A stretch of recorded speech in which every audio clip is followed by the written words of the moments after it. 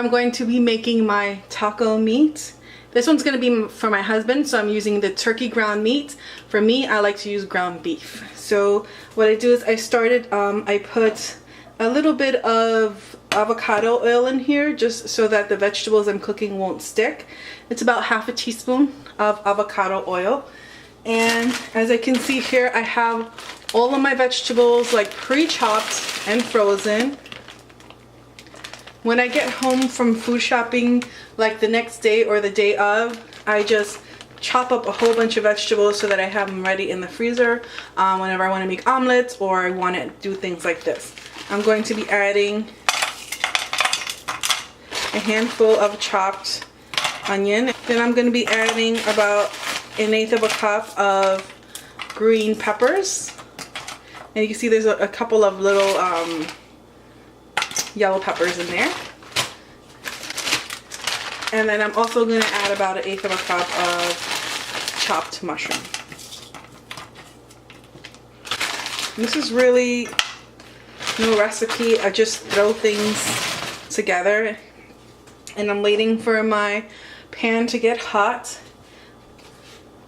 Then I'm also going to be adding some sofrito, and you can get this in the frozen section of your supermarket. And this is like the seasoning that a lot of Puerto Rican use.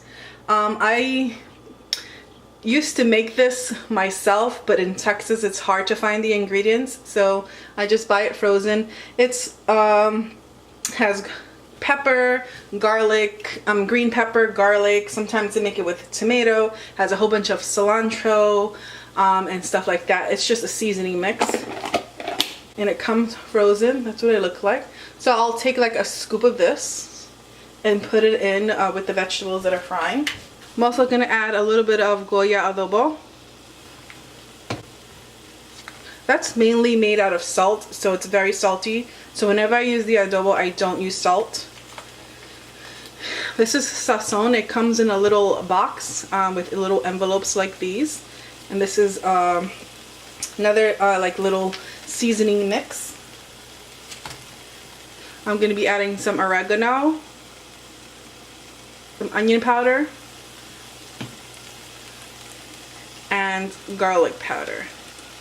And I know that seasonings do have carbs in it, so I just try to sprinkle a little bit. I don't weigh it out or measure it out. I just sprinkle some on top.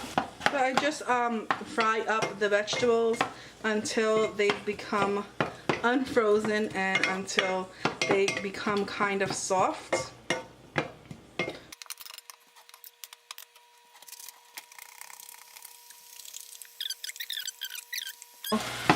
I want the sofrito to unfreeze, to thaw out.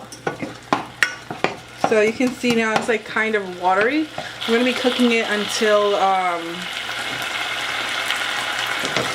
the water evaporates. Once the water evaporates, then I will put in the thawed out ground meat. And I'm going to be using 1 pound of ground meat. So you can see now all the water is like bubbling out. Okay, so now is a good time to add the ground meat.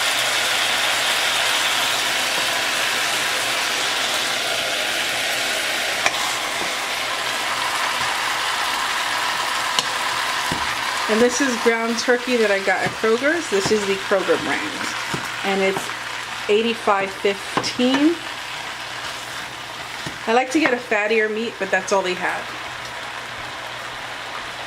You're going to keep cooking the ground meat until it is almost all brown, and then that's when I like to add the seasonings.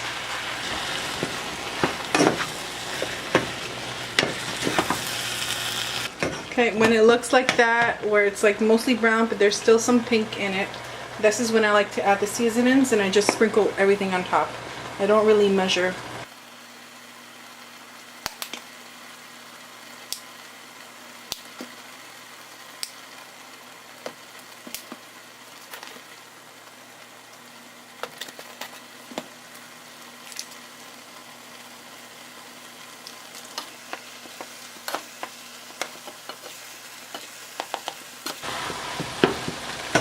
So you want to mix it in really good and make sure you have the spices nicely combined.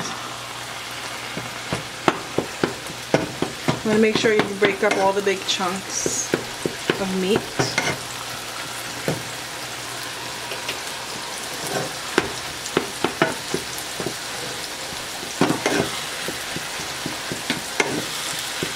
You want to make sure you have no pink left. I'm taking a can of tomato sauce.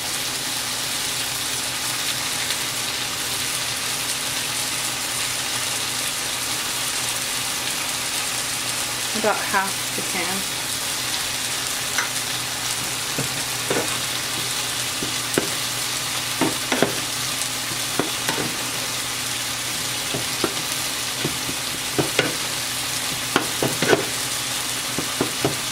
This is how I like to make my low carb taco meat. When the meat is done, I'll serve them on some cheese tortillas. And I'm going to link down below how I made my cheese tortillas. It's on my blog. And then I'm going to show you the toppings that I like to put on. So I'll put the ground meat, the taco meat, on my cheese tortilla. And then I like to use this salsa verde from Herdez. I'll put some sour cream. And of course, a nice ripe avocado. And I'll also sprinkle on top some cheddar cheese as well. And that's it. That's how you can make a low carb taco meat.